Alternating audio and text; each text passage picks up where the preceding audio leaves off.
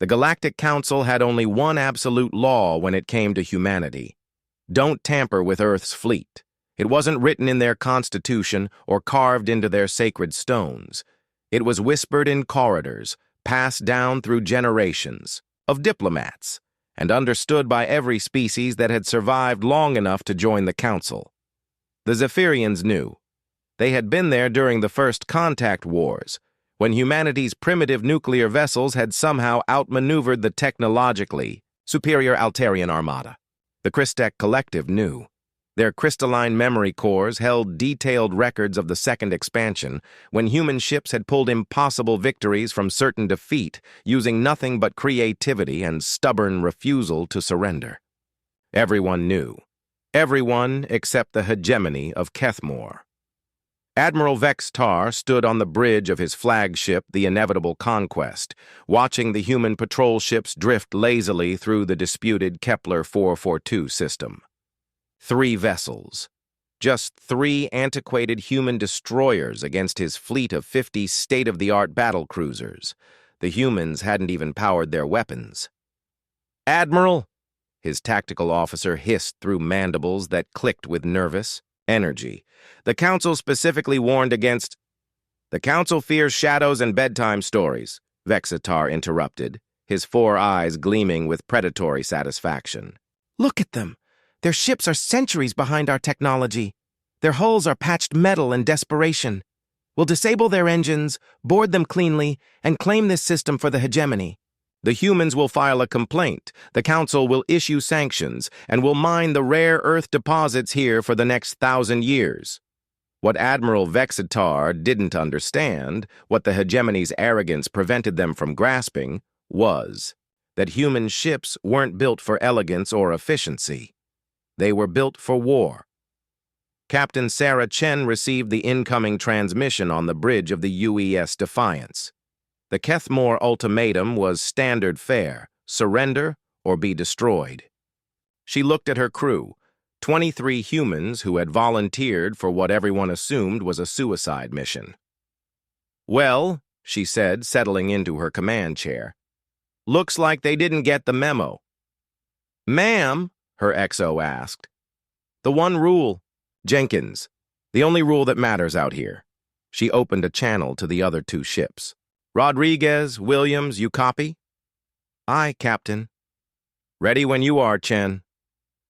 Sarah smiled, the kind of smile that had made seasoned pirates change course and alien warlords reconsider their life choices. "Gentlemen, it seems the hegemony wants to learn why everyone else leaves Earth's fleet alone. Let's give them a proper education."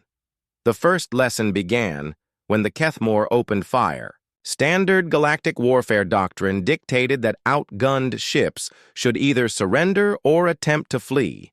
The human vessels did neither. Instead, they accelerated directly toward the massive hegemony fleet, their engines burning so hot that space itself seemed to ripple around them.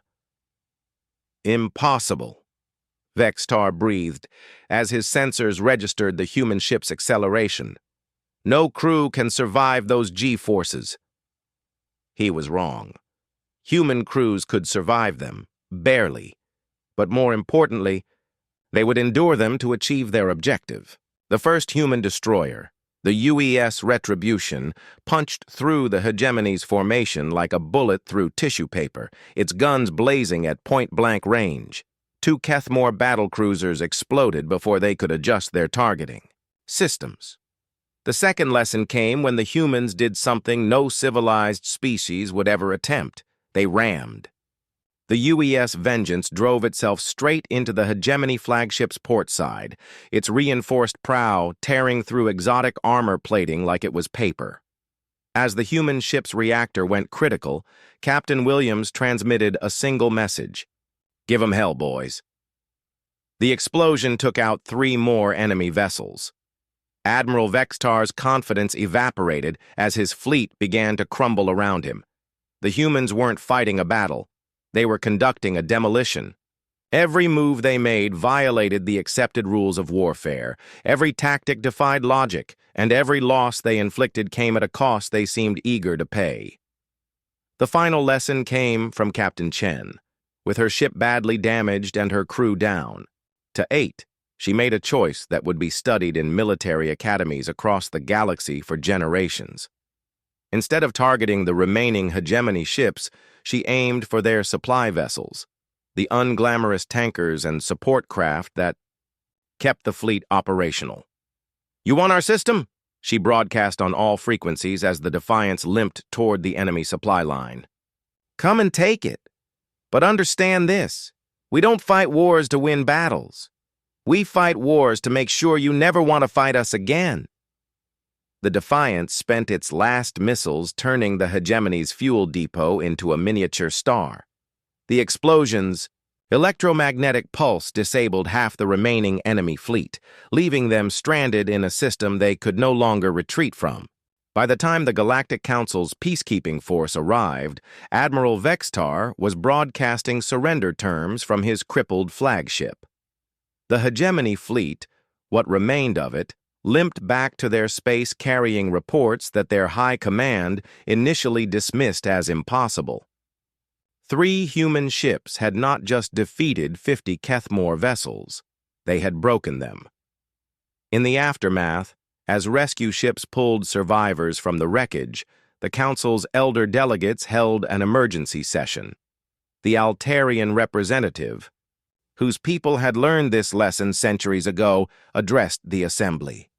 "The humans do not fight like us. They do not calculate odds or minimize losses. When threatened, they become something else entirely. They become inevitable. This is why we have one rule regarding Earth's fleet. Don't tamper with it. The hegemony has learned why." The vote to censure the Kethmore was unanimous.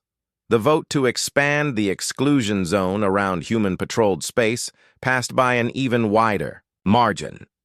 Meanwhile, on Earth, Fleet Command was already preparing the next patrol rotation for Kepler 442.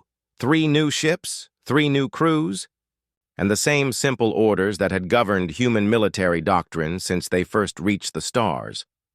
If someone wants a fight, give them one they'll never forget. The galaxy remembered. The hegemony would remember too. That was the point.